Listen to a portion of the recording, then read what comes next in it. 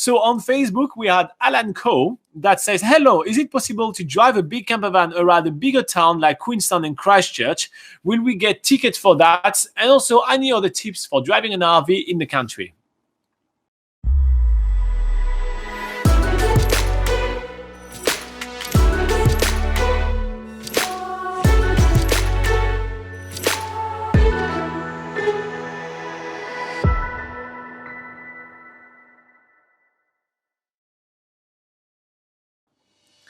Cool. All right. So first up, no, you will not get a ticket for driving your RV around a town. That's for sure. If you actually do, pass through a red light, or if you do anything crazy, yes, you'll get a ticket. Now, the one thing that you are going to get a ticket for is that if you park at the wrong place in town, or if you park and don't pay for it. But so if you park and your campervan, your big RV is much bigger than the parking spot, and therefore affect the traffic or other people trying to park, then at this point you will be liable for a fine. So that's the one thing I need to keep in mind. But many towns, thinking about like Wellington or Queenstown and everything, they have some parking spots which are much bigger, and there is a little icon of an RV, of a campervan. And when you see that, that means you can park here. Or sometimes, your campervan does fit and it's fine. You don't have to be too crazy about it. If you go a little bit out, you'll be fine, right? But it's just like if you take like 3 spots, well, obviously that's not going to work. So for parking, you need to be aware of that. Also, when you go to supermarket, usually park the furthest away from the door so you don't affect all the there's usually loads of spaces like the furthest away from the supermarket, and that gives you plenty of space to actually take up a few spaces if you need to. Yeah, so that's not a law, that's just common courtesy. When you go with an RV to a supermarket, you park as far as you can from the door where there is like no one parking and everything, so you don't you don't basically affect other customers. So that's the main thing that I kind of want to point out for the parking. Now, the last thing that I want to drill through with the parking is that you make sure that you keep the curtains open, because if the curtains are closed, especially if you park overnight and you stay in a hotel or something like that, which may happen, especially if you stay in a town, you cannot stay overnight. Like just parking your campervan somewhere and just stay overnight is not legal. You can't just park in the middle of Queenstown town and stay overnight there and sleep. This is not allowed. So you need to leave the curtains open to show that you're not sleeping here. We actually did get a fine despite leaving the curtains open. We did get a fine, but we were able to, we didn't get to pay for it because we showed our reservation for a hostel there. So you leave them open and you make sure that it's clear that you're not sleeping in the camper. But I think for most of you guys, you're gonna stay in your camper van the whole time anyway, so it won't won't really be apply to. But you have to stay in holiday parks and campsites. You can't just park up in a car park for the night and camp there. But I just want to stress that applies even if you decide to drive your camper van out to go have dinner and have a few drinks or this and that and enjoy the town, and then it's night and you park camper van and then you leave back and it's like 10 or 11. People may think that you were sleeping here and you may have gotten a fine. So that's why I'm making sure to say that. Yeah, okay. All right. Now, should we talk about a few things you need to be aware of when you drive an RV? Yeah. So start with the first one. Let's start with a mistake that we have personally made. And we don't do mistakes. Did we film it? So during the last couple of years ago, basically we did New Zealand's biggest gap year, which is 365 days of 365 activities. And we were driving a huge RV then. And one of the mistakes we made is misjudging the height of our RV. And there's a lot of verandas on the towns. So overhangs over like the footpath and everything. Yeah, so basically like little sheltered areas that go that stick out of shops and things. If you park up on the street next to them, sometimes they overhang a little bit too far into the street, and it happened to us. We actually crashed the top of our camper van into one of those overhangs, and it put a massive dent into our camper van. So just be aware of basically the height of your vehicle and what other obstructions might be around. Another one that gets a lot of people is just signs on the side of the road. If you're parking next to, might be a parking sign or something, you can easily catch the top of that sign with your camper van as well. So just be aware of that.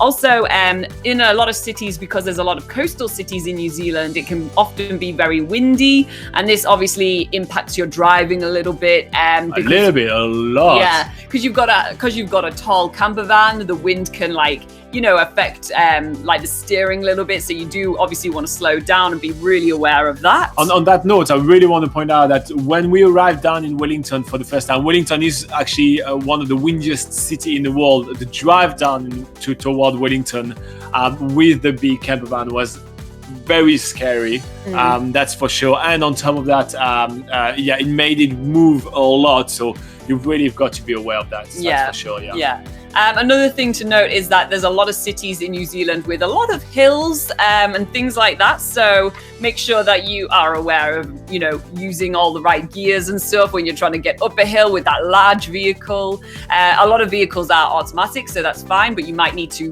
go into the low gear and stuff to basically tackle all those hills going upwards and downwards. And so the steeper the hill, the higher your gear is. Even if you're on an automatic, you go to 2 or you go to 3 because it helps the whole camper van to slow down and it helps your brake pad and everything. And this will be something that you will have to do in New Zealand because there is a lot of hills. Especially an example is Dunedin, which is such a hilly city and everything like that. We kind of driving around Dunedin, we were in gear 2 or 3 literally the whole time. Yeah. So another thing to note is also there's some very narrow streets in some cities. For instance, Auckland and Wellington, they both have quite narrow streets, and there's obviously vehicles or something parked on the side of the road. So when you're taking corners, but just obviously make sure there's enough clearance for, so you're not scraping along other vehicles, for instance. And I think that we actually did quite a lot when we were going into larger cities is to quickly Google places to park a camper van in each city, just finding some actual good places to park a camper van, because there's a lot of multi-story car parks that won't actually fit a camper van in it. So you need to find open air car parks. They're usually the best ones to give you plenty of space. All right, now just to wrap that up, we're going to give you a little bit of tips about, how to drive, just generic tips about how to drive a camper van and an RV, because not the thing that you drive every single day. And the first thing that we notice all the time and that we hear is that you really need to take very seriously your basic kind of learner's permit kind of stuff. It's adjust the seat and adjust the mirror. But it's so critical because the vehicle is so much bigger and because you're so not used to it, and because also you're sitting much higher on the road. So it's a very different kind of feel and different driving stuff. So take it very seriously and make sure you adjust it when you're unsure about it. So you adjust your seat, you adjust the wheel of the vehicle, and then you adjust the mirror, and you make sure that you do have really good visibility everywhere. I just cannot stress that enough. Another good thing to do, especially when you just pick up the camper van for the first time, usually there is a big car park where you pick up your camper van. Make sure you test how sharply can you turn, just so you actually are aware how maneuverable your camper van is going to be. So I'm not saying drive fast and sharply turn. I just say go slowly, but just see how much you can turn, just to know what you will be able to do and in which situation will you have to tell yourself it's just not doable. So I think that's really important to do. Now, a lot of people are going to be trying to pass you when you drive, so it is even more important to use the turn signal. So do not forget to use the turn signal, because very often you're going to have people trying to pass you. If you don't indicate, they will be already on their way, and this is the cause of accidents very, very frequently. And finally, not really, but speaking of the same subject, make sure to let people pass. Now, it's very customary in New Zealand, especially since we mostly have one-lane roads, almost the whole country is one-lane roads, to just stop on the side when you have a bay. You actually stop and you let everybody pass. So if you see more than 2 cars behind you, you stop and you let them pass. It's very important. Obviously, when it's safe to pass, when you have enough, when it's safe to stop and where you have enough space, but it's very important to do that. If you do actually block the traffic for a certain amount of time and everything, I think there's a rule in New Zealand you can get a fine for that, but it's very rare. I'm not saying you're going to get a fine, but it's customary, so do that. We touched about that already, but you need to know your high clearance. So when you pick up your campervan, you need to know what's the high clearance, and it needs to be in meters, because the signs are going to give you like this tunnel has an 8-meter high clearance. Yeah. Well, it's going to be in meters. So you need to know your high clearance, and you need to know it in meters. And finally, when you drive a campervan, you need to plan ahead your moves. So you have the chance to actually be higher when you sit, so you get to see further. So technically, you can plan ahead. You know where you're going to be turning. There is no last minute, oh shit, I missed the turn and turn right. That's not happening with the campervan. So you need to plan ahead. You need to actually think about it first. You need to communicate with your co-pilot, which is going to be your wife or your girlfriend or anything like that. You need to communicate a lot and plan ahead your moves. But that said, it gives you so much freedom traveling in New Zealand. It's absolutely awesome. You know, don't let that deter you. It's just a bunch of tips for you to be able to make the most of your campervan trip in New Zealand. And I think that's going to be very useful to you guys. Yeah. Speaking of that, if it is, click like, click subscribe. We are here every week. We're here every week. And obviously, there is going to be also a lot of links in the description below to help you guys look further into, well, this question.